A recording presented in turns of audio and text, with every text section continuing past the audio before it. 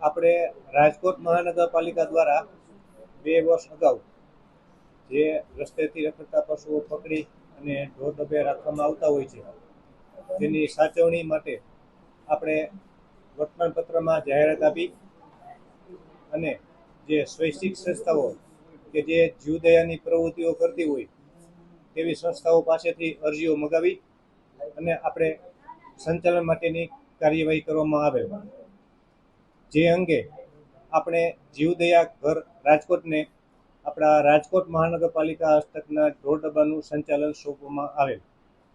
હાલ જીવદયા ઘર રાજકોટના સંચાલકો દ્વારા તેઓએ સંચાલન મૂકી દેવું છે તે બાબતની રાજકોટ મહાનગરપાલિકાને મૌખિક જાણ કરેલ છે, જે અન્વયે રાજકોટ મહાનગરપાલિકા દ્વારા ટૂંક સમયમાં જીવદયા ઘર પાસેથી જે સંચાલન સ્વીકારવામાં આવી રહ્યું છે તે પરત લઈ ત્યારબાદ રાજકોટ મહાનગરપાલિકા દ્વારા સંચાલન કરવામાં આવે તેવી અમોને સૂચના આપવામાં આવેલ છે, જે અંગે હવે તે બાબતેની આગળની કાર્યવાહી કરવામાં આવશે.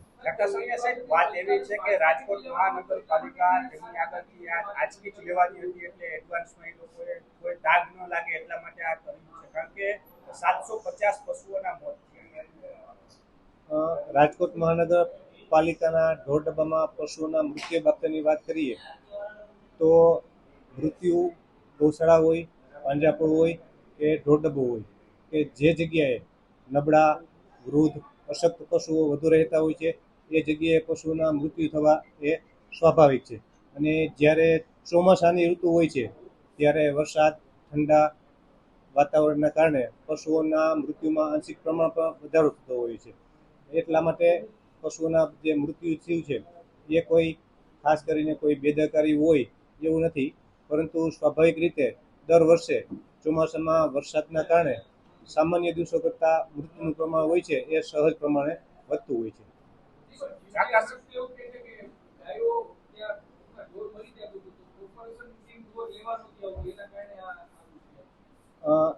એ વાત કરીએ તો જ્યારે રાજકોટમાં અંદાજિત 20 દિવસ પહેલા સતત 3 દિવસ વરસાદ પડવાના કારણે એક દિવસ એવો બનાવ બનવા પામેલ કે જે વાહન હતા તે રેસ્ક્યુમાં રાખવામાં આવેલ હતા, જેથી કરીને એ એક દિવસ મૃત જે પશુ હતો એનો નિકાલ ન થઈ શકતા 2 દિવસના મૃત પશુનો સાથે નિકાલ કરવામાં આવેલ હતો, જેથી એ પશુઓ બધે ધ્યાને આવેલ.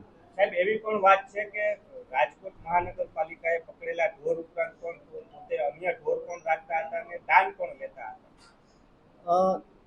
જે રાજકોટ મહાનગરપાલિકા હસ્તકના જે પશુઓ છે એ પશુઓ ઉપરાંત અમુક પશુઓ જીવદયા ઘર દ્વારા તેમના પોતાના પશુઓ હતા. એ પશુઓને રાજકોટ મહાનગરપાલિકા દ્વારા કોઈ પણ પ્રકારની સહાય ચૂકવવામાં આવેલ નથી. ચકાસણીયા સાહેબ, રાજકોટ શહેરમાં ઘણા સમયથી કહેવામાં આવે છે કે ઢોર મુક્ત થઈ ગયું છે, રખડતા ઢોરની સંખ્યા. તો પછી જે માલિકીના ઢોર હોય તો કોઈ દિવસ નબળા હોય નહીં, કારણ કે માલિકે તો એને દૂધ લેવાનું હોય, તો પછી નબળા કેવી રીતના થઈ જાય? આપણે વાત કરીએ તો જે પશુઓ પકડાતા હોય છે એમાં પશુઓનો નિયમિત ક્રમ હોય છે. જેમ કે રાજકોટ મહાનગરપાલિકાની વાત કરીએ તો રાજકોટ મહાનગરપાલિકાની હદની બહારના વિસ્તારમાંથી પણ અમુક પશુઓ ધીરે ધીરે શહેરની અંદર આવતા હોય છે. આ ઉપરાંત રાજકોટ શહેર ઢોરમુક્ત નહીં, પરંતુ રાજકોટ શહેરને આપણે જે રસ્તા પર જે રખડતા પશુઓ હોય છે એમને રખડતા પશુઓ મુક્ત કરવાનો આપણો આગ્રહ છે, જેથી કરીને જાહેર રસ્તા ઉપર કોઈ રખડતા પશુઓ જોવા ન મળે. હાલે રાજકોટ મહાનગરપાલિકાના જે જાહેર માર્ગો છે એમાં પશુઓ ખૂબ જ ઓછા જોવા મળે છે, પરંતુ શહેરમાં જે પશુપાલકો છે તેઓ લાયસન્સ અને પરમિટ લઈને પોતાની માલિકીની જગ્યામાં પશુઓ રાખી શકે છે. આ પશુઓ પૈકી પણ અમુક પશુઓ કોઈ કારણસર છૂટા મૂકી દેવામાં આવતા હોય છે, અથવા કોઈ પશુઓ છૂટી ગયું હોય, કોઈ વાછડાઓ હોય, અમુક વૃદ્ધ થઈ ગયેલું હોય, આવા પ્રકારના પણ પશુઓ પકડવાની જે કામગીરી છે એ નિરંતર ચાલુ જ છે. હાલે પણ અંદાજિત 20 જેટલા પશુઓ આપણે દૈનિક પકડીએ છીએ. એમાંથી નબળા પશુ કેટલા હોય છે?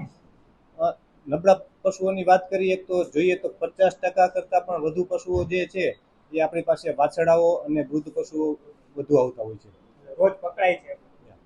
ખાસ કરીને વાત કરીએ તો પશુઓમાં પકડાવામાં પણ જે વાછડાઓ હોય છે એનું પ્રમાણ વધુ રહેતું હોય છે, અને મૃત્યુમાં પણ જે કુલ આંક હોય છે તે પૈકી અંદાજિત 60% જેવા વાત કરીએ તો વાછરડાઓના મૃત્યુ પ્રમાણ વધુ રહેતું હોય છે.